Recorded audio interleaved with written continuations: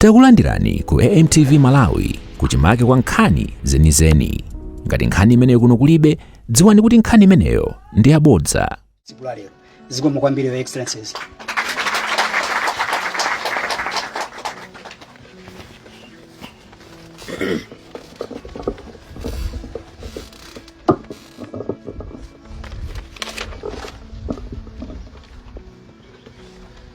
His Excellency Professor Alfred Gangata, Your Excellency Professor Gangata Moto, Tonse azibusa amene kunjira ineso ndakulandira nawonse.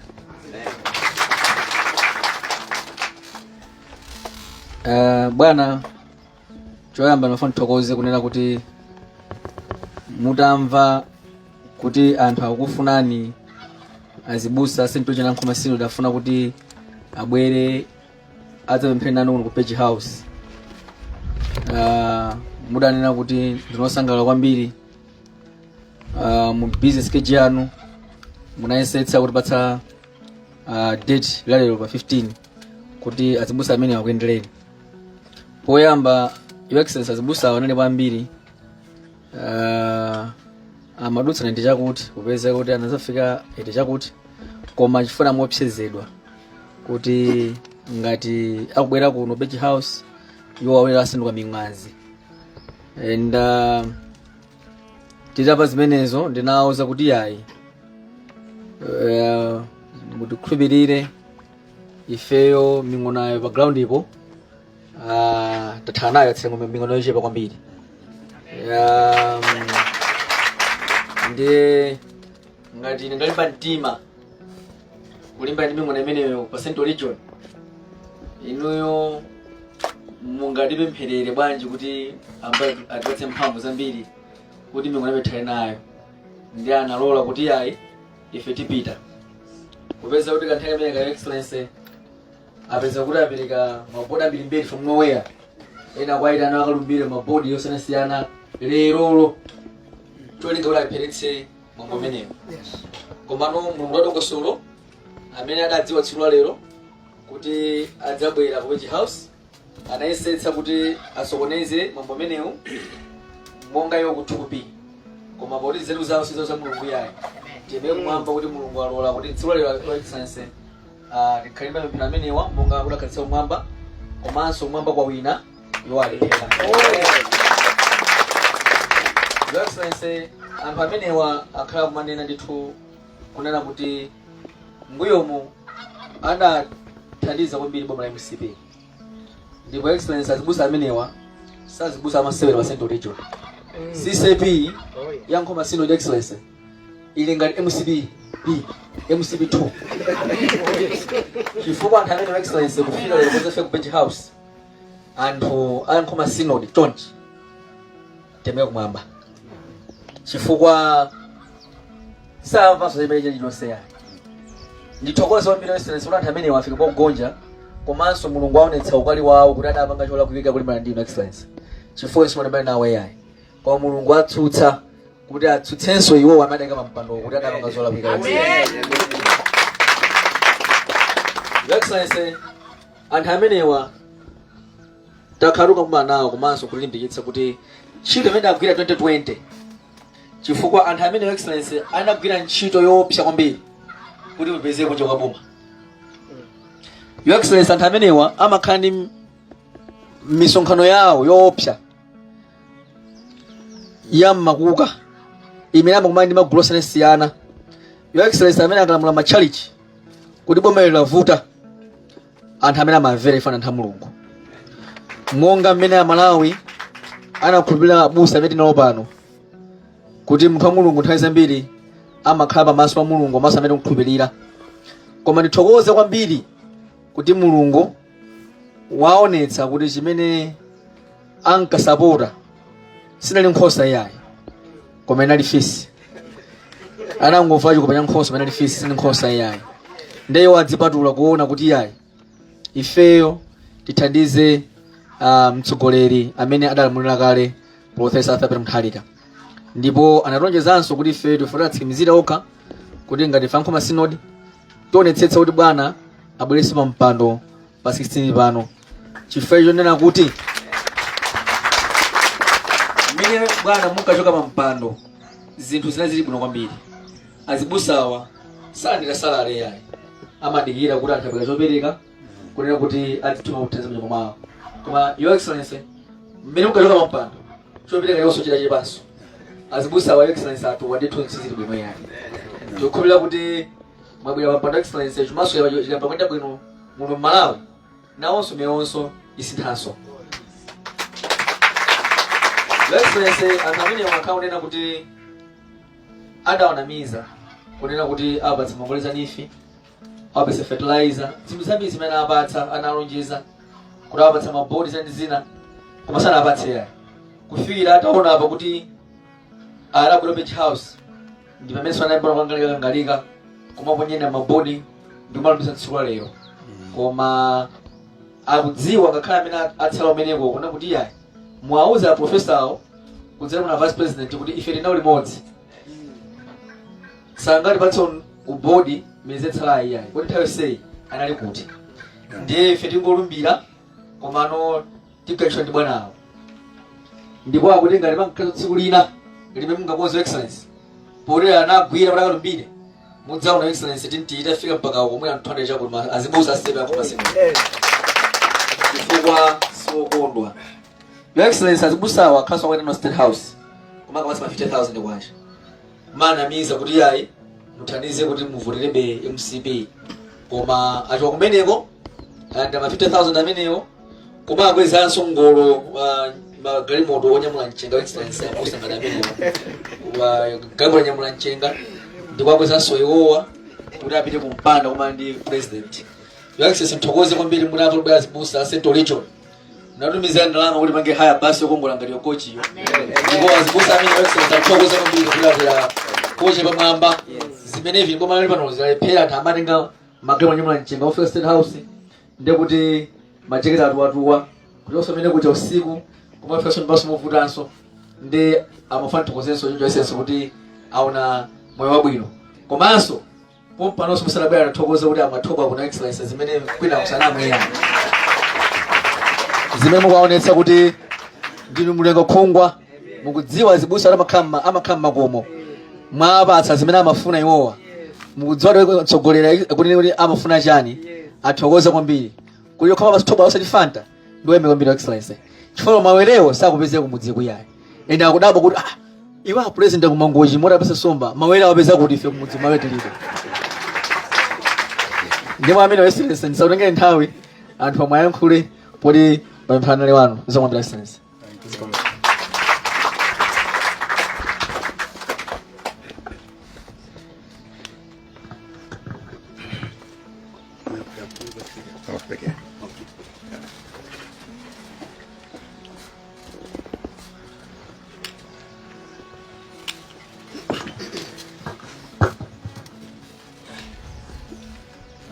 Choyamba ulemkwa former First Lady Professor Mutharika, ulemkwa Right Honorable Alfred Gangata, Vice President Dpp Central Region, ulemkwa Honorable David Kambame, a Governor to our Central Region, komanso ulemkwa busa onse mwabwera pano yamba ndikuti moyo nonse muli bwanji ine ndi bwino kwambiri yoyamba ndikulandeni kuno ku Page House.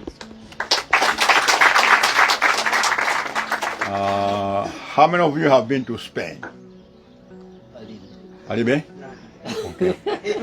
To Spain, when you enter somebody's house, before you sit down, they always say, "Mi casa es su casa." You know what that means? No. That means, nyumba yanga ni nyumba yanu. House is my house. So, if you're at home, mukale masuka, Page House. Got a million time, you can't go through, but a kunyanja behind you.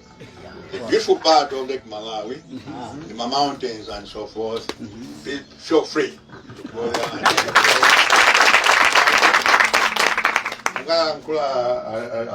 A vice president, commence à revenir à Gaza.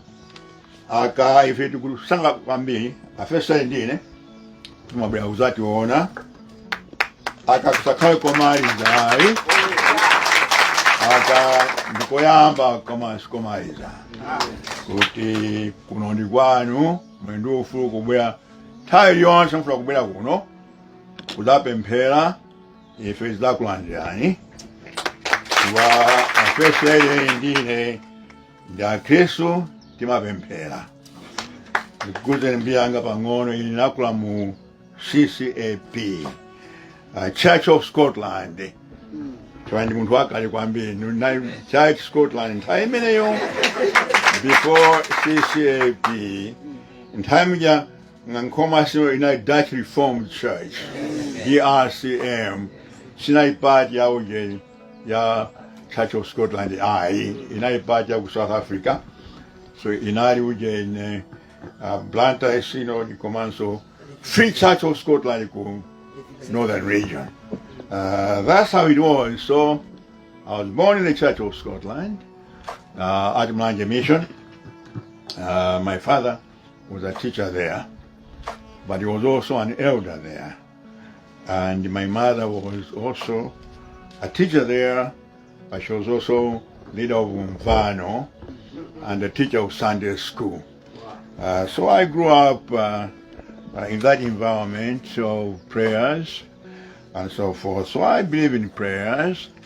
The first lady and I believe in prayers. Prayers are very important, and I don't know if you know the kind of life that the first lady and I live. It's a very, very difficult life. It's not an easy life. Being attacked, kunyozerwa every day, it's a very difficult life. Sometimes, it makes you wonder.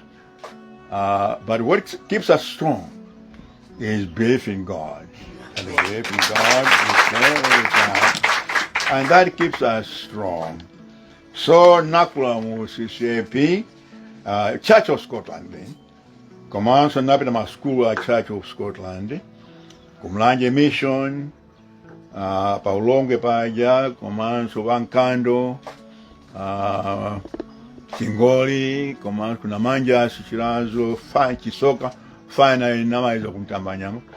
And after that, there's a secondary school where I was for 6 years. So 6 years now I was Central Region. For 6 years, I enjoyed my life with Central Region days. Pita kuja kwa Angere village, kagula uje in Batata, and sometimes ice potatoes. Kwa Ngwere, not in Jere, Ngwere. Kagula uje in Batata. Sometimes in Sima matope so kwambiri. Kai wandi nyemba sana nkafungwe every day. Matope sometimes, kwa Ngwere kuja, kagula kuja uje. Batata, ice potato. So that was a good time. So I always feel that I'm a part of the Central Region. Oh, yes. In my life in Zomba. That time also in Mapita Kurirongwe, my uncle, Mr. Chingwalo, was the senior clerk, head clerk in the police department. He was the most senior African in those days. So Bahoide Yonse in Mapita Kurirongwe. Bahoide, so I know Rirongwe very. It was a very small place there. Mapita into Meneguja, and I like that to talk about it. So at Mapita Palore, school got up a holiday, on Sangaba Central Region, and Matumiza Palore Kubira Kuje. Defense among Gainu, when I be bash, to my parents who Lori Pamamba Kubira Gunzu. So I sympathize with you. I may Mavudika Gudi, Makwila Gaimot Majaja. Yanchenga. He also had Doti Wambi, Twaja Fumbi, Twansi Fumbi Wambi.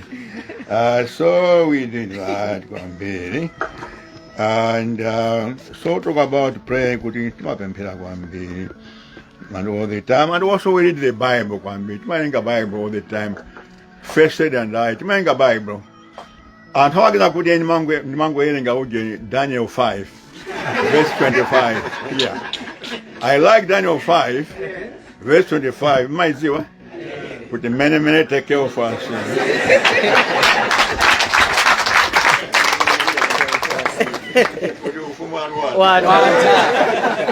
But besides that, my so so that is that one B. So I used to pray. If I went to America, I was praying at St. Michael and All Angels, Blantyre. Because I was working then in the labor department before I left to go to overseas to America, England and America.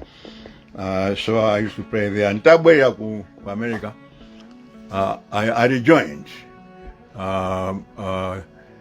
Blantyre, branch major, St. Michael's. They like that transfer, like that join, so coach. I mean, a former first lady, a member of Vano. She's a very active member of Vano there. I'm not as active sometimes because of time constraints, but she's very active there, so I commend her for that. So let me say again, I'm very glad that you have come here, and always know that you are welcome. No, let me say one of the reverends, I think it's the Reverend Ikiwambo, has said something very, very, very important about not being afraid and being important. I think it's important for the faith community. In fact, kudaba kwambiri kuti anthu akule sani to come to pray with us politicians. So if we are politicians, during our faith community, we are doing the same things. You know, the spiritual side, yamuntu, it's the human side, the physical side. The two go together. So we are doing the same thing. So why people are angry, I really don't understand. I think they're misguided. I think it's very, very important, as the Reverend has said, to get involved in the things that are happening in this country, the problems that happen in this country. The faith community, the church must speak out. Even Jesus always spoke for the poor, always stood for the oppressed, the voiceless, and that's your prophetic mission. You have got to do that. You cannot stand on the sidelines at all. It's very important. I remember during the March on Washington by Martin Luther King, 28 August 1963, he said something very, very interesting. He was accompanied by Rabbi Joachim Prince, former rabbi of Berlin. And he said the wrong thing that happened in Germany, that when the Jews were suffering, people looked the other side. They looked the other side. Most of the Gentiles looked the other side and felt that the problem of the Jew was not their problem. That was a mistake. And he said something very interesting. Ananyakuti, those who permit evil as guilty as those who commit it. So it's very, very important to get involved in this kind of things because this is our country and it's important. This is a God-fearing country, but it's a country where we are supposed to love each other. We are supposed to have a warm heart. When you see a government, either mine, previous one, or a future one, if one takes place, make sure that you come out and criticize us. If we're departing for the mission of loving people, the job of the government is to make people happy. Yes. That's the job of the government. That's why if you read the American Declaration of Independence of 1776, they mention three things: life, liberty, and the pursuit of happiness. Those are three things in the American Constitution: life, liberty, and pursuit of happiness. So happiness is the center. Government must make sure that people are happy. The sad thing in this country, as you know, I think of the 197 countries, Malawi is the fourth saddest country. People here are very sad. People are not happy because of poverty, the suffering, and so forth. That's wrong. When a government does not do that, then it's breaching the social contract, the mandate between and the people. Now, finally, I'm very glad, Kuti, you came here in spite of intimidation. I know what's happened to your colleagues in the other synod. They're being brought before the Inquisition, before the Star Chamber. Do you remember Star Chamber? And the Spanish Inquisition? That's what's happening in that particular synod. I think it's wrong. I think it's wrong. The leadership there is making a mistake, especially when you know that some of them secretly go to the government to get money at night. I think it's a mistake to blame people to come to pray for me, that fellow Christian and that fellow Presbyterian. My grandfather was a Presbyterian, and then my father and myself, so I've been Presbyterians 3 generations and Christians, of course. And I make no apology for that. I'm proud of that. And therefore, when you come to pray with me and for me and us, you are performing, you are showing love, and also you are performing duty of friendship that you should be performing. So I congratulate you, and I thank you, and let's keep on with this friendship in the future. So God bless you all as you go back to the Central Region. Ziko. Osaiwala kupanga subscribe ku channel ya AMTV Malawi.